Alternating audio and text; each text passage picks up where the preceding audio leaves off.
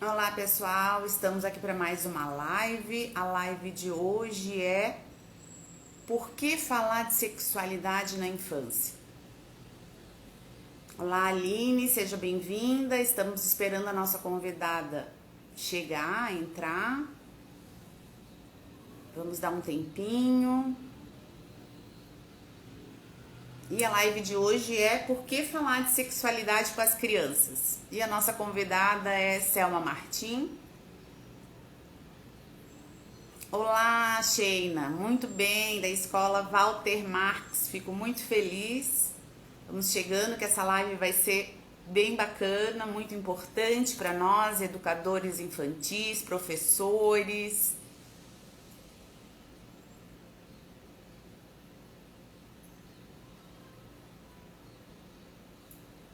Vamos ver se a nossa convidada já chegou. Olá, de Botelho, professora Denise, da escola Vereador Ivan Júnior, presidente Prudente. Que coisa boa, gente. Vamos entrando. Boa tarde. Patrícia, Celestino, Bruno, Regiane, quanta gente. E vamos lá trabalhar esse tema que é tão importante, tão instigante, tão cheio de mitos, de tabus, de preconceito, mas de muita coisa linda. E quanto mais formação, melhor. Olá, Solange, Anaí. Que legal. Nossa, quanta gente, que bacana. A nossa convidada entrou. Vamos convidá-la.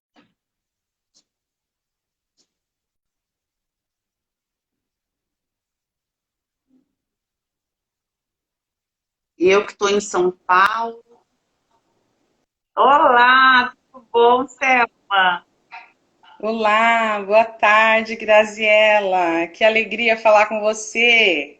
É verdade, é sempre uma alegria. Quanto tempo, né? Eu costumo dizer que a pandemia ela veio para nos aproximar de pessoas que estavam mais distantes e que, pelo menos pelas redes, a gente consegue falar, dialogar um pouquinho. É um prazer estar aqui Verdade. contigo. Estou muito feliz, né, que esses professores, educadores infantis, alunos estão chegando para participar dessa live. Eu acho que vai ser uma live muito bacana. E eu começo por dizer que o nome da live é Por que falar de sexualidade com as crianças? Sim, muito interessante, né? Assunto muito bom e necessário, né? A gente que está aí na luta, na educação há tantos anos, né? Lutando pelo bem-estar das nossas crianças, pela formação integral, é importante, né?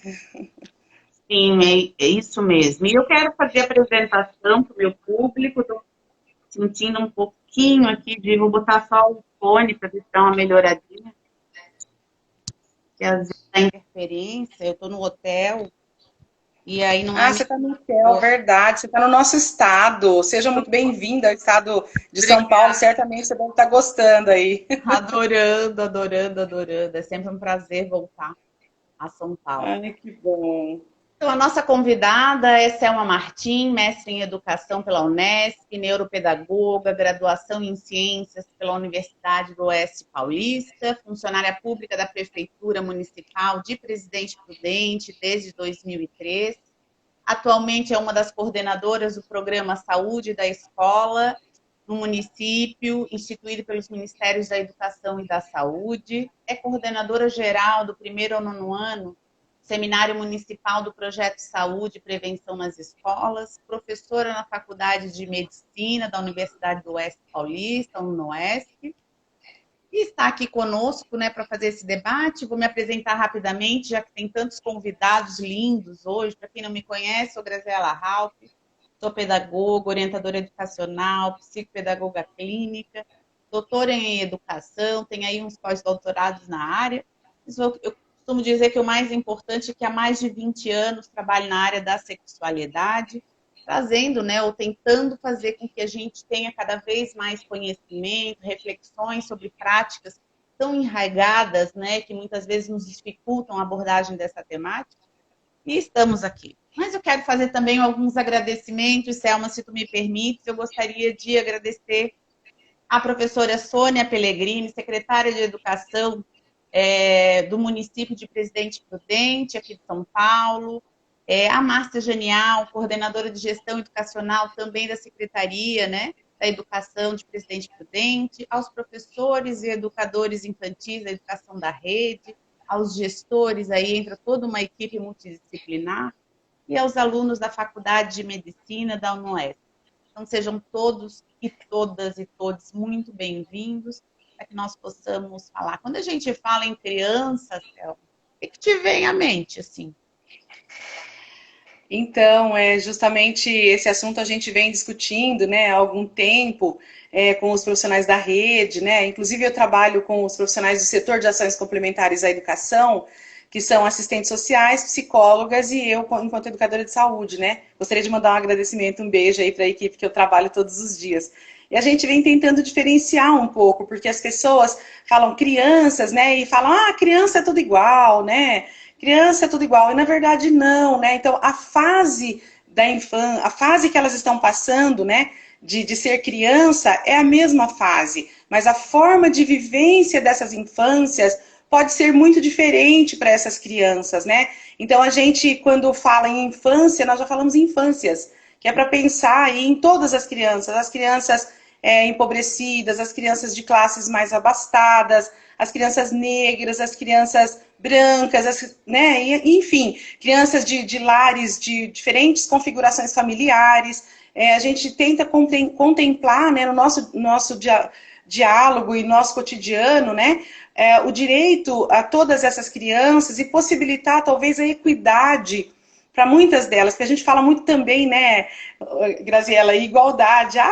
Os direitos são iguais, né? Sim, os direitos são iguais, mas a gente percebe que muitas crianças não alcançam os seus direitos, né, devido aí a muitas dificuldades encontradas no cotidiano de muitas famílias brasileiras, né, famílias monoparentais, famílias ampliadas e assim por diante, né, muitas famílias monoparentais regidas por mães, né, por mulheres e assim por diante. Então, são muitas crianças vivendo muitas infâncias em diferentes formas de constituição familiar, né? E aí com todas as suas dificuldades. Então, nós precisamos ter uma atenção muito especial, né, a essas crianças. Então, eu acho que é isso, né, Graziela? Você pode me ajudar também, que eu acho que é uma tarde de aprendizado, né?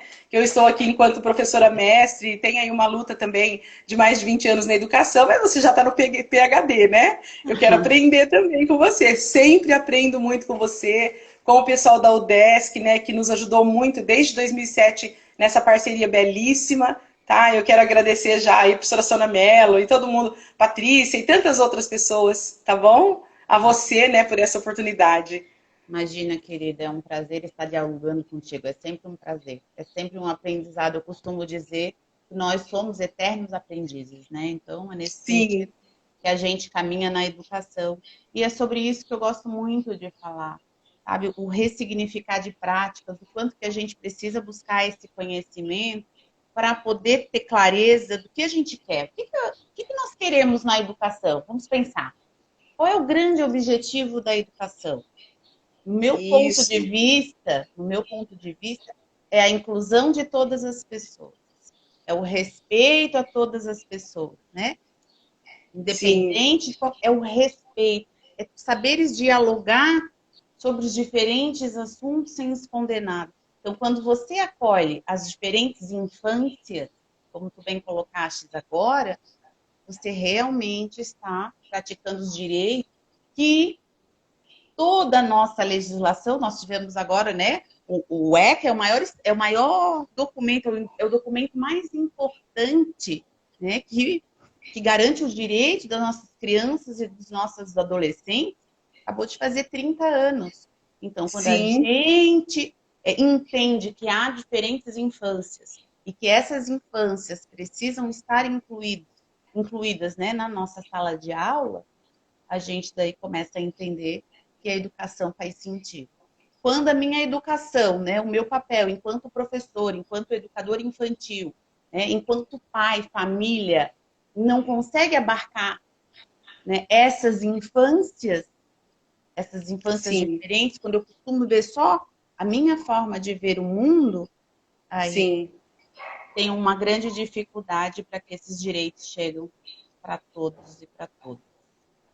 Sim, existe uma limitação aí, né? Se eu não consigo enxergar a infância de como ela está posta, né? Com todas essas diferenças que a gente está falando, eu limito e corro o risco de violar direitos, né? Eu posso ser um violador de direitos quando eu não faço a inclusão devida, principalmente no meu caso, falando do espaço escolar. Eu acho que nós duas aqui, né? Falando do espaço escolar. Então, eu acho que a responsabilidade dos profissionais tendo em vista o arcabouço de legislação que nós temos no Brasil, né? Inclusive, eu falo com os acadêmicos ali na faculdade, e já falei várias vezes na formação de professores também, que nós tivemos ali na década de 90, né, nos anos 90, no finalzinho dos anos 80 para o início dos anos 90, entre aspas, né, os anos de ouro no Brasil, que foram os anos em que nós conseguimos a universalização dos direitos, né? Então, universalização do direito à educação, 1996, universalização do direito à saúde, 1990, universalização, enfim, foram várias, né? O SUS, aí o Estatuto da Criança e o SUS no mesmo ano, 1990, né? Então, vejam, inclusive, eu, assim, como professora, também não posso deixar de falar que às vezes a gente está numa roda de professores ou numa formação e escuta alguém falar assim, escola boa é de quando eu era criança, né? Aquela escola, o aluno respeitava, não tinha essas mães assim, assim, assim, assado, né? Criança advinda de lar assim, assim, assado. E aí eu falo, gente, só que nós só vamos ter todas as crianças na escola a partir da universalização do direito à educação em 1996. Historicamente falando, foi ontem, né? E aí essas crianças vêm para a escola com tudo que elas carregam na sua vida, né? Afinal de contas, elas estão, o corpo, como fala lindamente a professora Sônia Mello, né? Nosso corpo como um invólucro perfeito, né? Lá do livro Corpos no Espelho, que eu amo também. Ele vai com a gente para todos os espaços, então não tem como eu ir para a escola e deixar algumas coisas de fora, né? Dentre elas, e tão importante que seria o nosso assunto de hoje, né? A questão da sexualidade. Então a criança vai para a escola e quanto mais o tempo passou, quanto mais nós conseguimos incluir crianças, né, nesse espaço escolar, como por conta do direito à educação, né, que aconteceu de forma tão interessante no Brasil, a partir de tantas lutas, né? A partir de que nós estamos com todas essas crianças, elas vêm com as suas adversidades para o espaço da escola. E aí a gente precisa verificar muitas coisas. Agora, em relação à sexualidade, eu não vejo como uma diversidade, eu vejo como um direito, né? Porque a gente fala tanto da educação plena, porque a criança tem direito à educação plena, à educação integral, né? Então, o que significa educação integral? É eu tratar essa criança, né, lidar com essa criança e falar com essa criança sobre todos os aspectos da sua vida, né? E às vezes a gente fala da ciência lindamente, né? Que a gente tem aí professores, né, que falam lindamente da ciência. Aliás, a grande maioria, né? Eu acho que é quase que a totalidade aqui em Presidente Prudente, nós temos um trabalho lindo, a nossa rede municipal é maravilhosa, eu agradeço aí aos profissionais que já estão nos ouvindo, né? Então, mas se a gente deixar a questão da sexualidade de fora dessa integralidade, vai ficar faltando um pouquinho do nosso trabalho. E aí existe um medo, né? Mas o que trabalhar sobre sexualidade, né? E aí a gente vai dialogando sobre isso, né? Não sei o que você acha dessa fala nesse sentido. Eu acho fantástico, né? Esse tema, eu acho que ele tem que ser discutido em todos os espaços, né? E aí a live de ontem era qual é o sexual, eu fui convidada para fazer uma live com uma especialista em violência sexual. Qual é o entendimento de educação sexual? Né? Quando a gente trabalha educação sexual, o que a gente visa com esse trabalho?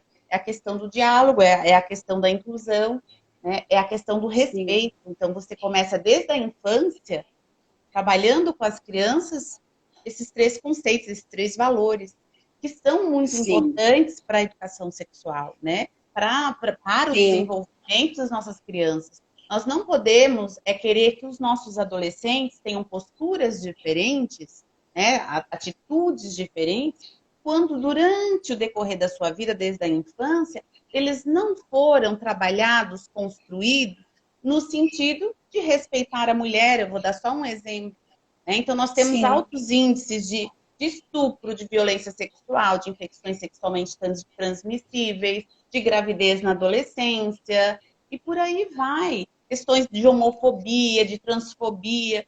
Onde está todo esse trabalho? No ano passado, fui dar uma palestra, uma escola grande do município de Florianópolis, tinham 5 grávidas. 4 adolescentes grávidas e uma criança de 10 anos. Eu costumo dizer que até então a gente ficava perplexo, incomodado, enfim, com a gravidez dos 14, 15, 16 anos. A gravidez hoje está vindo aos 10, 11, 12 anos. Então, se as famílias não falarem, não conversarem com seus filhos, partindo do princípio que a primeira educadora sexual, nosso entendimento, eu estou falando enquanto grupos de pesquisa dos quais eu faço parte, né, de leituras, enfim, é a família. A família é a primeira educadora sexual. Só que daí a gente volta de geração em geração, se repetem, né, os mesmos mitos, tabus e preconceitos. Quando a gente fala em dialogar, em fazer um trabalho de educação sexual na educação infantil, que é a nossa... Não só na educação infantil, no ensino fundamental, né, que a abordagem aqui é com as crianças, nós vamos fazer um trabalho com atividades dentro de um projeto que foi elaborado, um projeto político-pedagógico, para que possa acontecer no decorrer do ano. Né? E é muito importante a gente convidar as famílias para fazer esse trabalho. Né? E o que a gente vai abordar, Selma? Por exemplo, numa sociedade machista, que é a nossa. Verdade. Né? Verdade. Com altos índices, uma sociedade muito machista. O que nós vamos trabalhar? E a grande preocupação, eu vou dar só um exemplo aqui, já passo a palavra para ti. Por exemplo, numa sala de aula da educação infantil, você não vai dividir o que é de menino e o que é de menina. Gente, vamos pensar comigo. Quem disse o que é de quem? Não é. Quem disse que a boneca tem que ser só da menina, que o carrinho tem que ser só do menino? E não vão ter cantinhos diferentes. Não vão ter o cantinho, pode ter, né? O cantinho da leitura, o cantinho das profissões, o cantinho da casinha, mas para que todos possam vivenciar aquilo ali. O que nós queremos com a educação sexual numa perspectiva emancipatória é que as nossas crianças vivenciem o que nós adultos vivenciamos. Homens lavam a roupa, mulheres andam de carro, e assim vai. É só. E assim vai. Então, porque existem muitas limitações, né? Eu acho que educação, muitas vezes, acaba dando uma educação limitada para a criança, desde a casa, né, da família, e às vezes na escola. Eu vejo que aqui em Presidente Prudente a gente tem avançado muito, né? Mas, né, não é notório para todos, né, que nós estamos aí com uma onda de conservadorismo no país, onde não se pode falar de educação sexual. Mas o que é educação sexual quando eu vou falar com criança pequena? Né?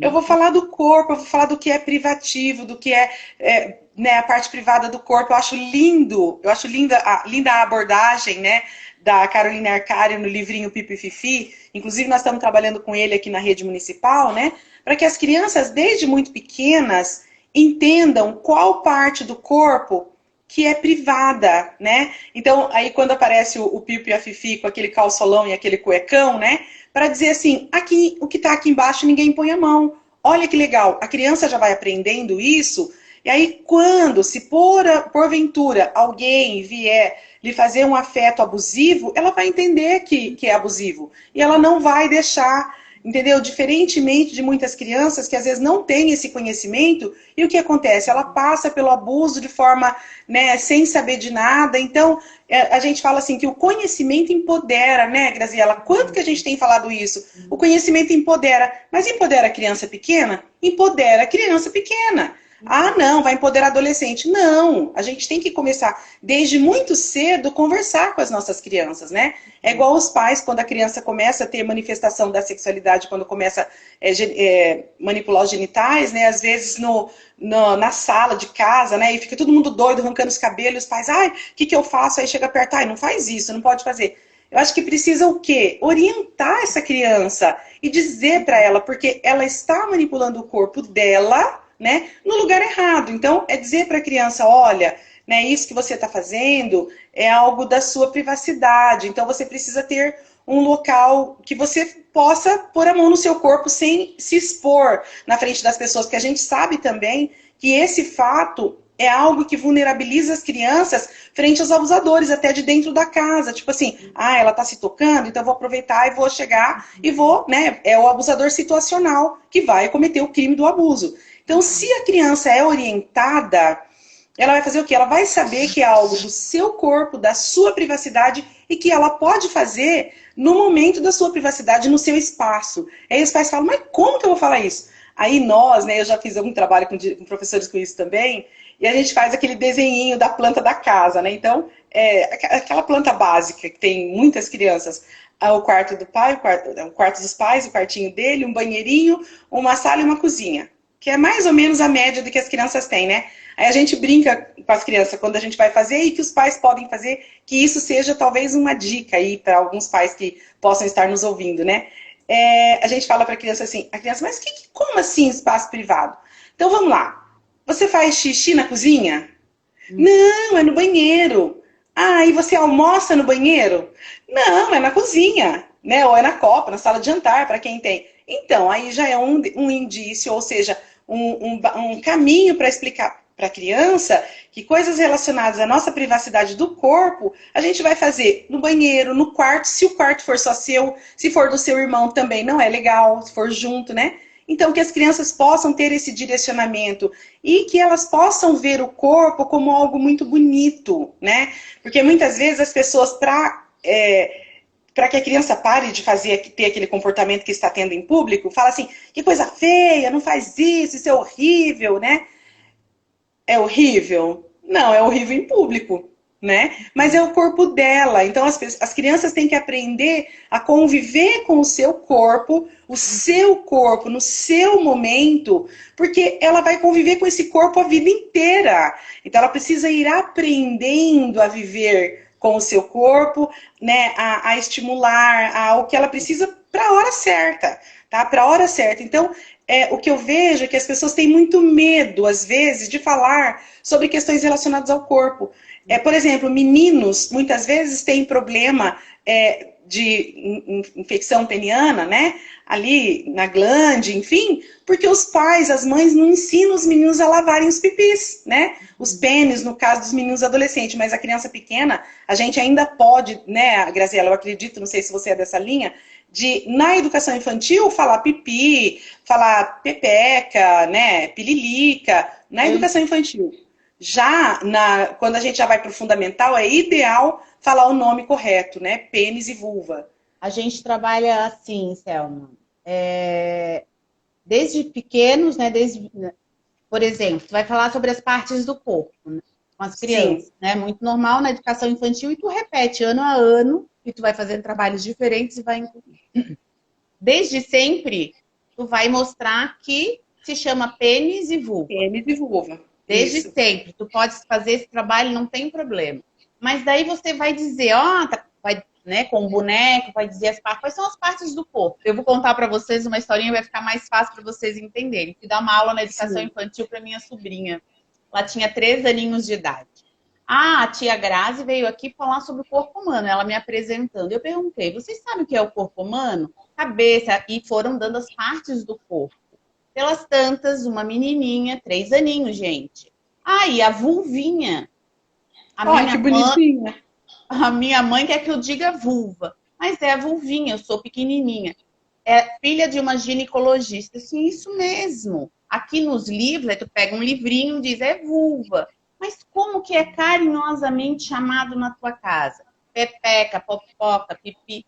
E você acolhe de cada criança e você vai usar essa linguagem com eles naturalmente. No ano seguinte, é para mostrar que no livro existe um nome, como existe o nome para braço, para cabeça, sabe? Porque parece que fica uma coisa solta, distorcida, né, de algo. Sim.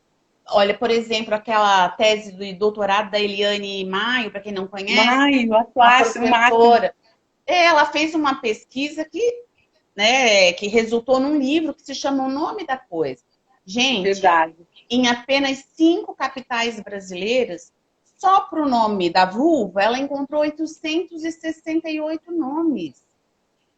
Ou seja, é preferível criar, né? Criar, porque o povo brasileiro ele é criativo. Criativo, do que falar 2 sílabas, vulva e pênis.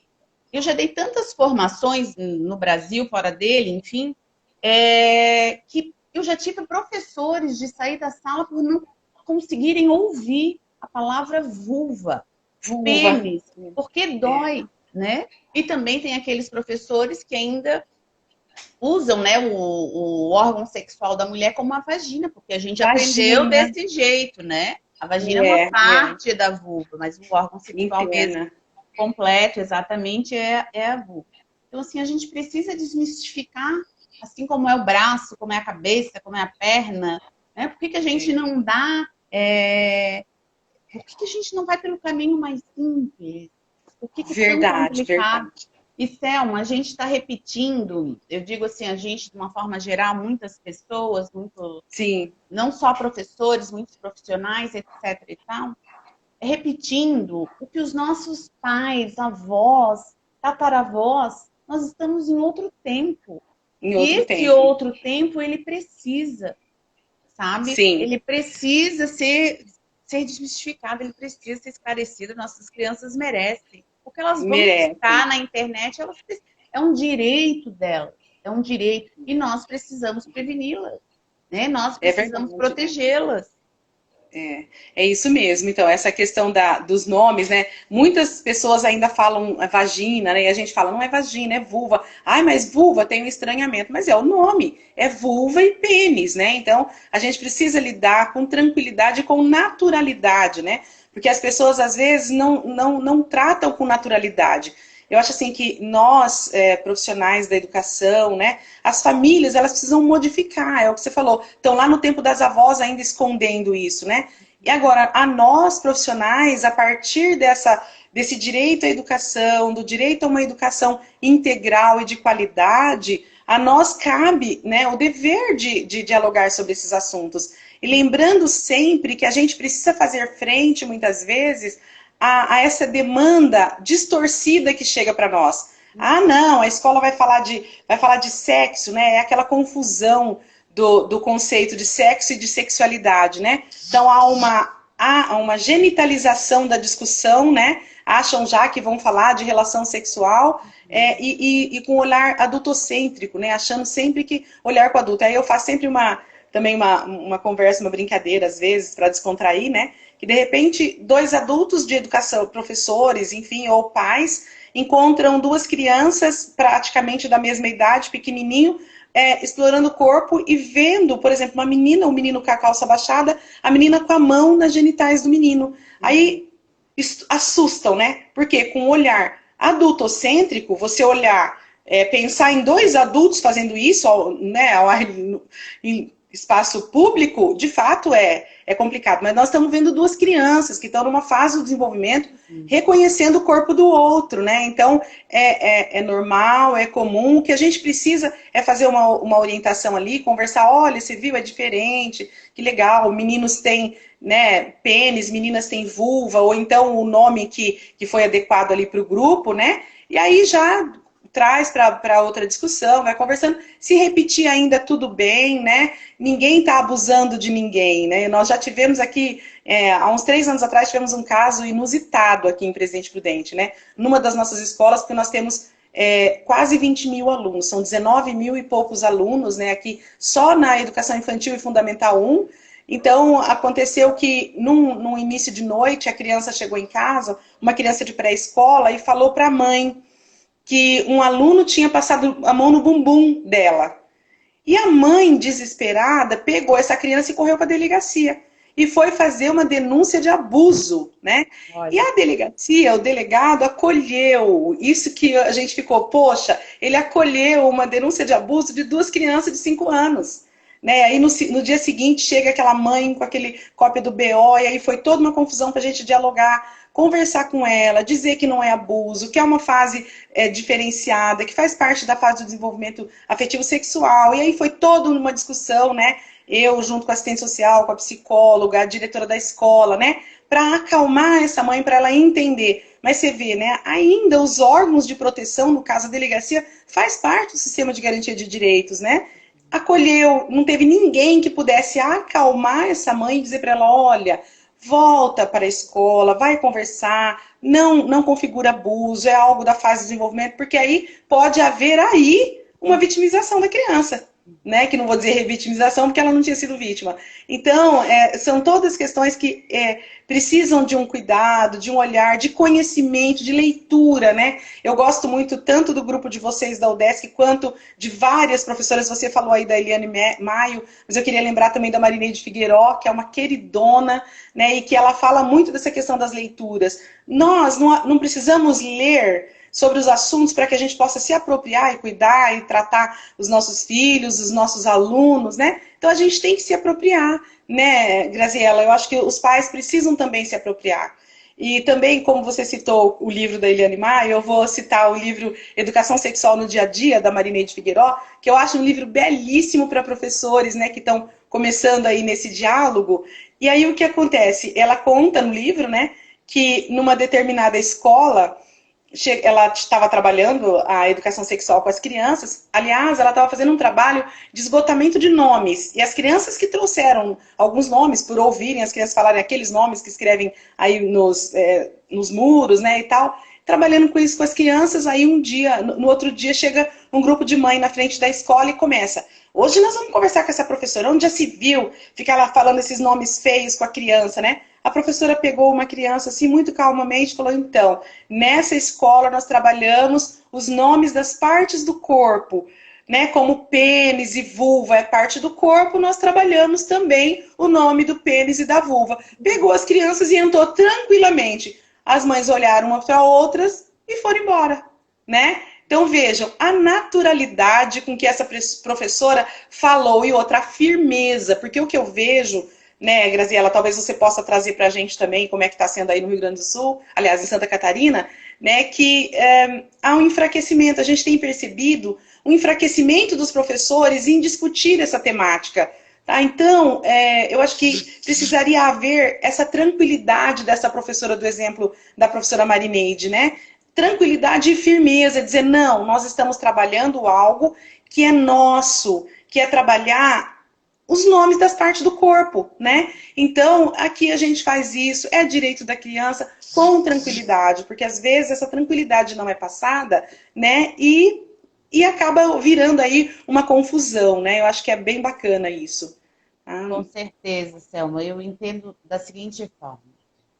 É preciso clarificar o que é sexo e o que é sexualidade. Acho que é uma confusão muito grande. Eu até entendo que educação para a sexualidade, o nome talvez facilitasse um pouco do que educação sexual. Mas também vejo que é preciso um clareamento. Essa falta de entendimento do que é sexo e do que é sexualidade, ele dificulta imensamente a introdução da educação sexual nas instituições de ensino. Então, não tem como a gente não clarificar isso. Por um outro lado, as escolas, elas precisam dar, os gestores, no caso, formação para os seus professores. É preciso ter formação. É preciso... Formação continuada, Continuada. Eu também parto do princípio que as universidades, na sua formação inicial, também deveria de ter, como eu tive, eu sou egressa da UDESC, Universidade do Estado de Santa Catarina. A UDESC é uma maravilha. Há mais de 30 anos a disciplina obrigatória de educação sexual. Então, há mais de 30 anos, é uma coisa fantástica. Claro que depois a gente vai se aperfeiçoando e formação nunca é demais. É claro que a gente está soberbado de trabalho, de questões. Só que a sexualidade, gente, não pode estar fora. Como a Selma falou, a sexualidade, onde a Graziela for, a sexualidade vai junto, ela está comigo. É tudo que me envolve, é como eu estou no mundo, como eu me coloco, né? Então, é o que eu sinto, são as minhas emoções, são os meus valores, como eu me visto, como eu me relaciono com o outro. Então, isso é sexualidade. E o sexo é uma parte da sexualidade. Então, os professores, eles precisam de formação. Primeiro os professores, depois chamar essas famílias, dar formação, incluí-los nesse projeto político-pedagógico e somente depois aos alunos. Então, é preciso formação, não tem como ser diferente. Não tem. Isso. Nós precisamos conversar sobre esse tema, porque está em todos os momentos. Se nós não falarmos, não é, Selma? Se nós não falarmos, se as famílias não falarem, se os professores não falarem, onde é que as nossas crianças vão buscar? Elas vão buscar. Vão buscar elas estão curiosas, elas vão ficar sabendo. Na maior parte das vezes, não é da melhor forma.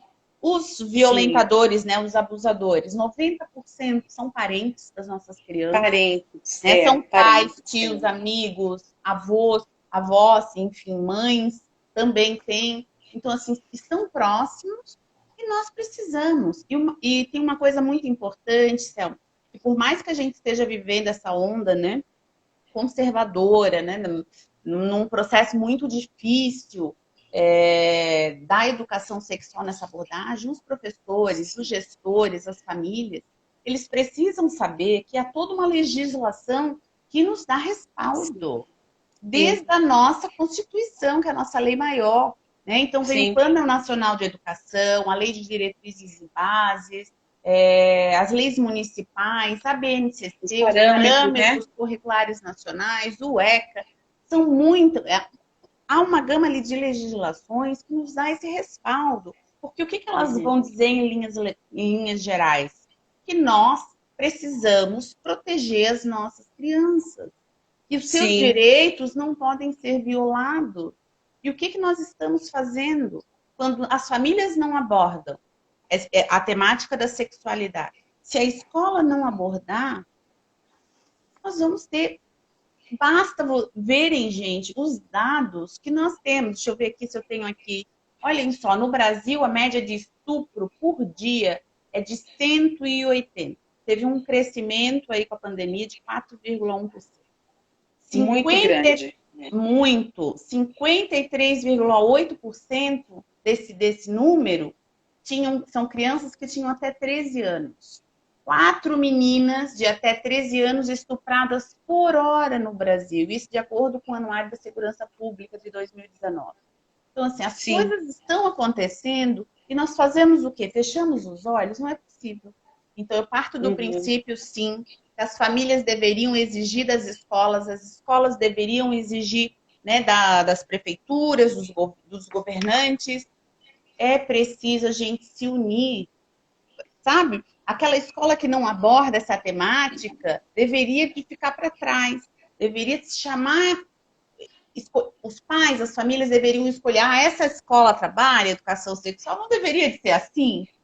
Sim, parece que eles têm um pouco de medo também, né? Não, mas eles não percebem que as crianças estão perdendo e as famílias estão perdendo. E nós, que somos, eu costumo sempre falar isso, sempre... Nós somos agentes de direitos humanos duplamente, nós que somos profissionais públicos, porque tem a Declaração Universal dos Direitos Humanos que nos faz agentes de direitos humanos. Se nós formos pagos com verba pública, somos duplamente, né? E aí você trouxe os dados. Então, é bem assustador dizer que 73% das crianças são abusadas dentro de casa e 40% por pai ou padrasto, né? Então, a violência familiar... é muito grande. Então, eu costumo dizer também que quando a criança não sabe das suas sensações relacionadas à sexualidade, né?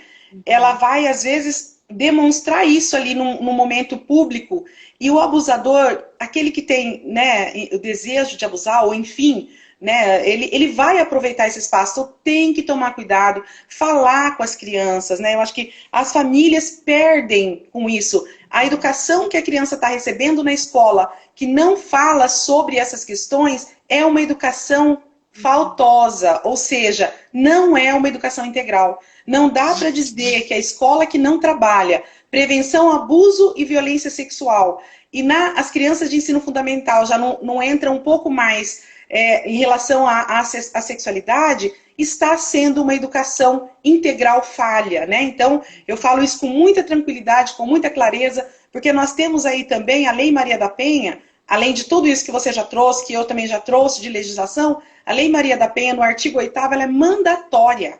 ela não é recomendatória, ela é mandatória da educação sexual, né? Então a gente fica às vezes com esse medo. E que medo que essas famílias têm? Agora, Graziela, eu queria fazer um... Bom, falando aí da questão da sexualidade, né, da diferenciação de sexualidade e sexo, falar então para essas famílias que nós temos aí da sexualidade basicamente, né, aspectos físicos, psicológicos, sociais, culturais, econômicos, políticos, religiosos e religiosos.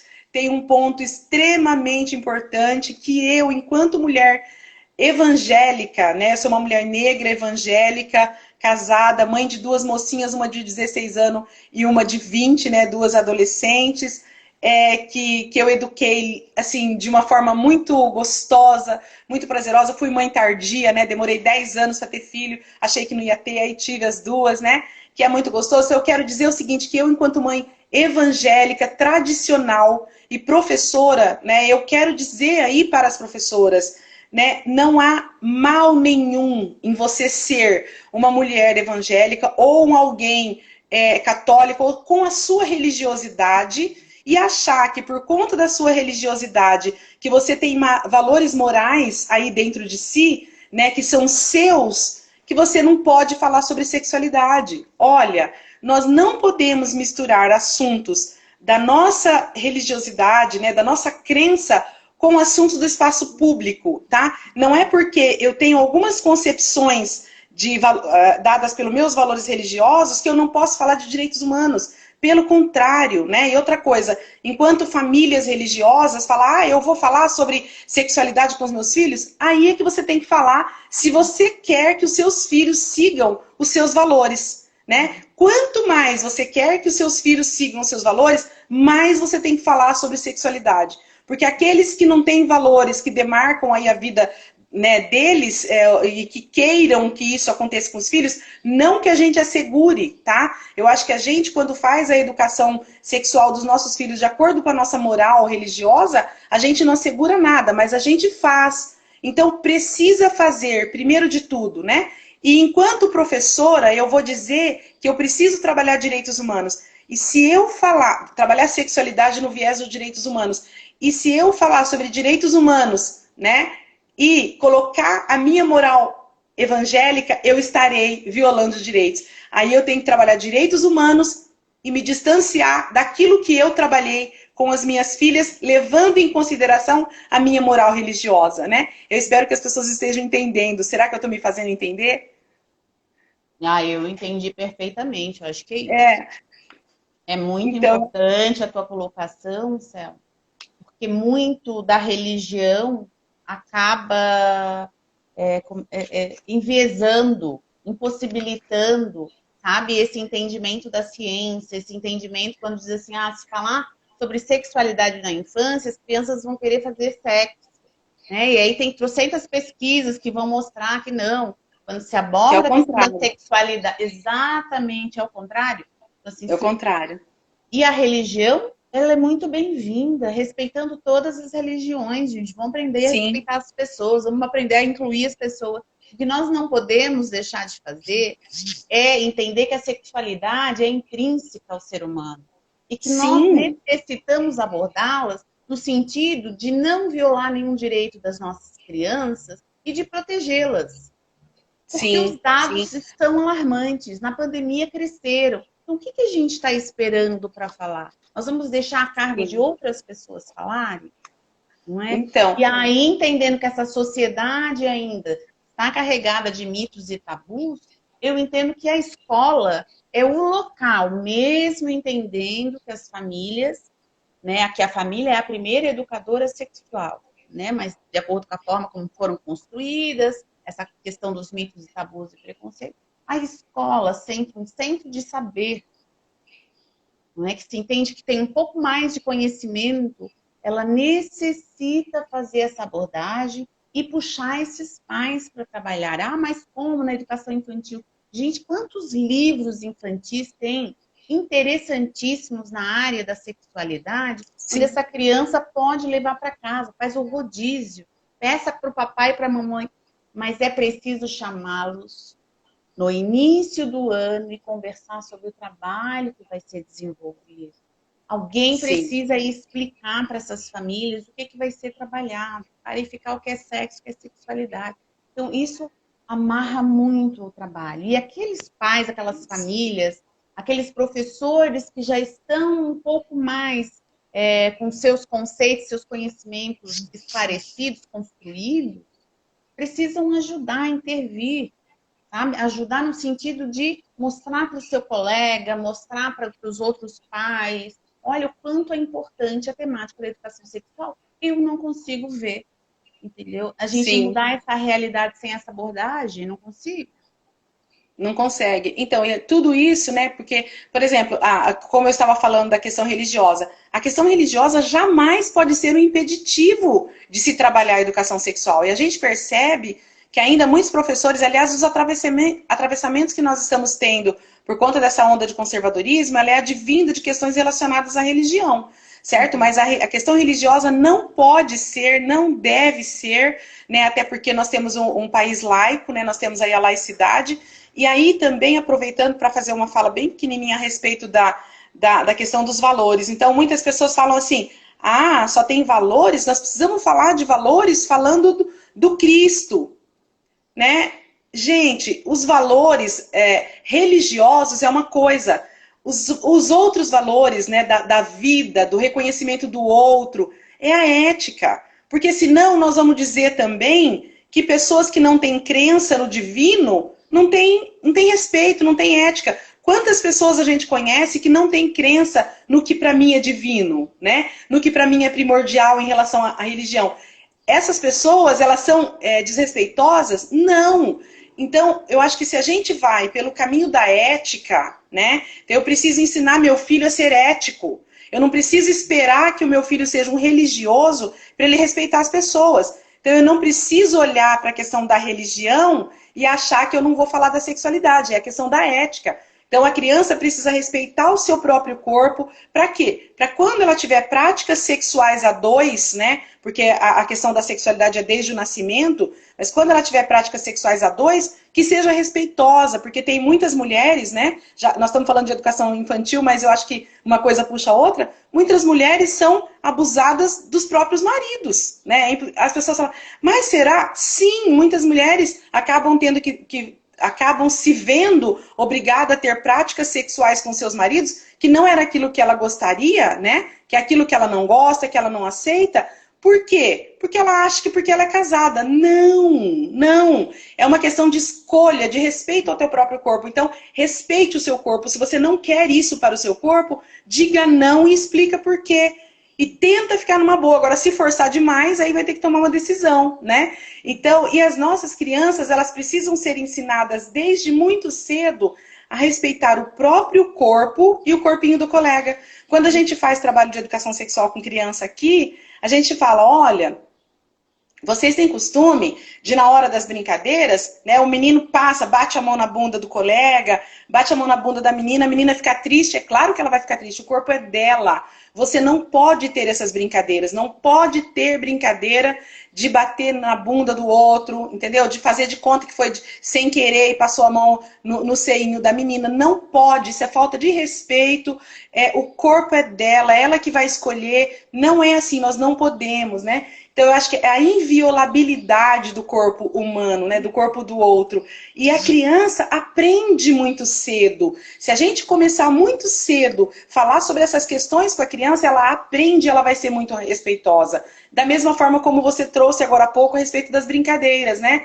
Por que que uma menina não pode brincar de carrinho e por que que o menino não pode brincar de boneca, né? Eu, inclusive, enquanto professora, né, que eu falei para você que eu dou aula na Faculdade de Medicina da UnoOeste, e assim, estou muito feliz porque há 6 anos a gente vem trabalhando questões de educação sexual, sexualidade, com essa diferenciação de sexo, sexualidade e educação sexual, questão de gênero, né, de diversidade sexual. A gente vem trabalhando isso há 6 anos, né, por solicitação da universidade, por entender essa importância, né? Então eu aproveito em público aqui para parabenizar, né, a universidade que eu trabalho também, porque nós temos, é uma universidade privada, e na Faculdade de Medicina nós temos essa discussão. Então, de falar sobre isso também, eu pergunto para os meninos, né? Eu falo, quem de vocês brincou de boneca quando era criança? Aí, assim, lá uma vez ou outra, um menino muito timidamente levanta a mão. Eu falo, você certamente, quando for trabalhar com uma criança, numa UPA, numa OBS, numa ESF, você vai ter muito mais facilidade do que meninos que nunca brincaram. Então, querendo ou não, a gente aprende a ser quando a gente brinca, não é? Então, é muito interessante isso. Eu vejo isso como muito interessante. Às vezes há um estranhamento deles, mas depois ele fala, olha, é verdade, professor, olha que legal, né? Então é muito bom, né? Muito interessante. É exatamente isso. Chegou no final da nossa live, já deu o nosso tempo, porque se a gente passa, a gente perde a gravação e eu não quero perder. Mas só para Quantos minutos complementar, faltam? não, faltam 5 minutinhos. 5 minutinhos? Vou fazer o encerramento então e dizer o quanto foi bom, né, Selma, estar contigo. Eu acho que a gente teria muitas coisas para estar discutindo.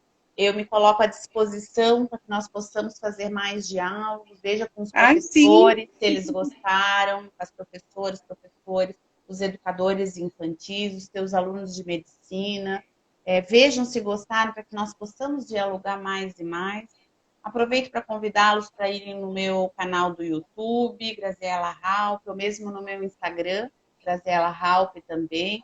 Lá tem várias lives, faço lives todas as semanas com profissionais que há muitos anos estão nessa luta, assim como a Selma, maravilhosa. Então, há Obrigada, bastante imagina. material para que a gente possa, sabe, estar se formando, se conhecendo, buscando realmente trabalhar esse tema que é tão importante. Para além de ser instigante, né, essa temática, ele é extremamente importante, porque sexualidade somos nós. Pensem nisso. Né? Sexualidade Isso. somos nós. E é uma coisa Somos linda, é nós. maravilhosa. É uma É o coisa nosso maravilhosa. corpo, né? É É o nosso isso corpo, é o que a mesmo. gente olha, são as relações que a gente convive, né? Enfim, Exatamente. eu ia ler, né, o conceito de sexualidade da OMS, mas não dá mais tempo. Então eu convido as pessoas a procurarem. O que eu vejo aqui, né?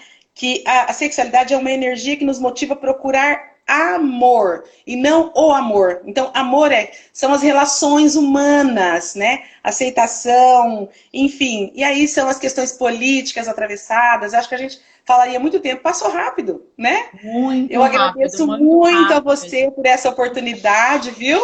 Muito obrigada. É uma delícia falar com você, viu, Rafaela? Graziela, desculpa. E aí, Nada, um faz abração mal. para todo mundo que está ouvindo, os acadêmicos que eu já vi aí, os profissionais da educação, os amigos do SASSI. Obrigada. Nada, imagina, eu que agradeço imensamente em meu nome, em nome dos meus grupos de pesquisa, da UDESC. Um prazer, agradeço novamente a secretária, a coordenadora, os teus alunos, a todos os professores e educadores infantis que estão aqui hoje, presidente prudente. Foi uma honra, gente. Muito obrigada, estou muito feliz com essa live. Obrigada por toda a tua contribuição, Selma, querida, tá bom? Por Um nada, beijo, obrigada a gente. Vamos você. lá. Beijo, tchau, Tchau. tchau.